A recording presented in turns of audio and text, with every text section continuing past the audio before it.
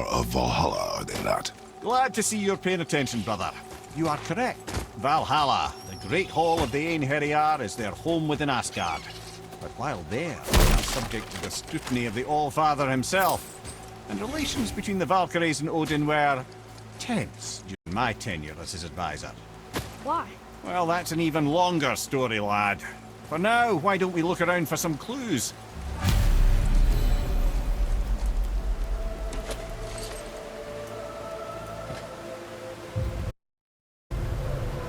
Whoa, you're back. Mimir, who is she? Gunnar, Mistress of War. After any conflict, big or small, she would be first on the scene, sussing out the worthy spirits for a free trip to Valhalla. A gruesome task, but she took great pride in it. Any conflict. Impossible. It's true. She had help from her sisters, of course, but Gunnar was always first to arrive. Her judgment of the fallen was unparalleled, and an invaluable resource to Odin. She was one of his favorites.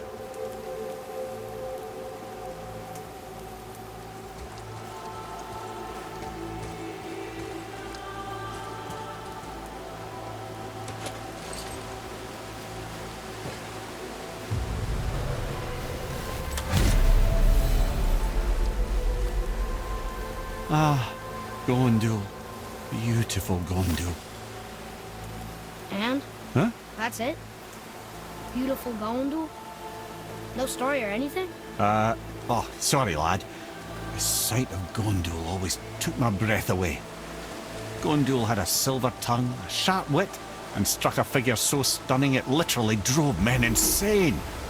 Odin forbid her from setting foot in Midgard after a time, as insanity is not a welcome trait in Valhalla.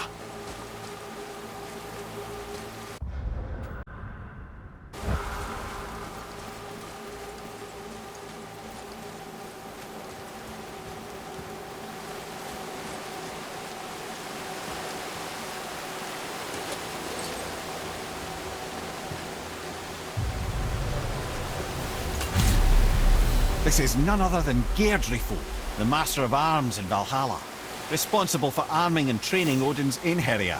His what? His army come Ragnarok. The entire reason Valhalla exists, you see. The Einherjar wait in the Great Hall endlessly, feasting, drinking and fornicating themselves silly. Once Ragnarok begins, Odin calls them into service to fight on his behalf. Geirdriful had her hands full training that lot.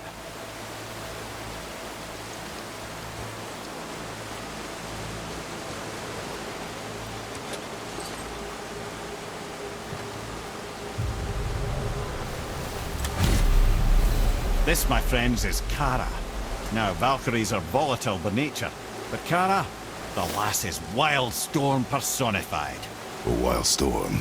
Aye, calm and collected. Then the air would shift and the fury of her storm would unleash. It was beautiful in a way, assuming you could find proper shelter.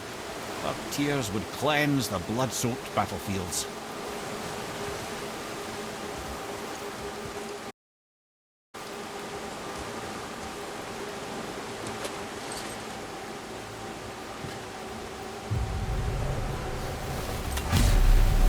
This is Rota, a chooser of the slain. I thought all the Valkyrie did that. Not exactly, lad. Although that is what they're most famous for, and by far their greatest responsibility. You've seen what happens to the dead without the judgment of the Valkyries. Hellwalkers. That's right. Rota, Gunnar, Skuld. Without them to clean up the aftermath of battle, hell overflows with souls meant for Valhalla.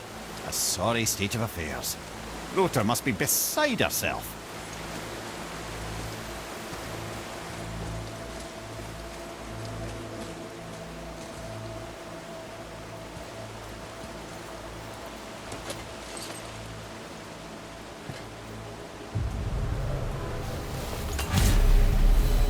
Ah, here we have Eir, the healer.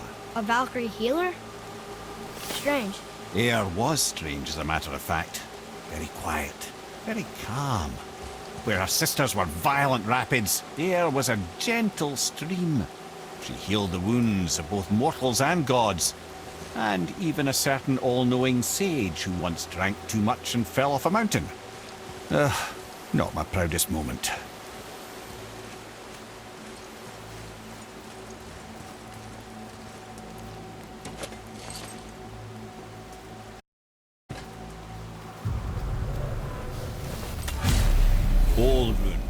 once the daughter of a powerful chieftain. She fell defending him during a Reaver attack. Orun was escorted to Valhalla, where she chose to devote her afterlife to the pursuit of knowledge above all else. Quite unusual behaviour amongst the constant drinking and feasting of her fellow Valhallian denizens. How'd she end up a Valkyrie? Odin. He saw a kindred spirit in Orun's single-minded pursuit of knowledge. He appointed her as the Valkyrie's resident historian.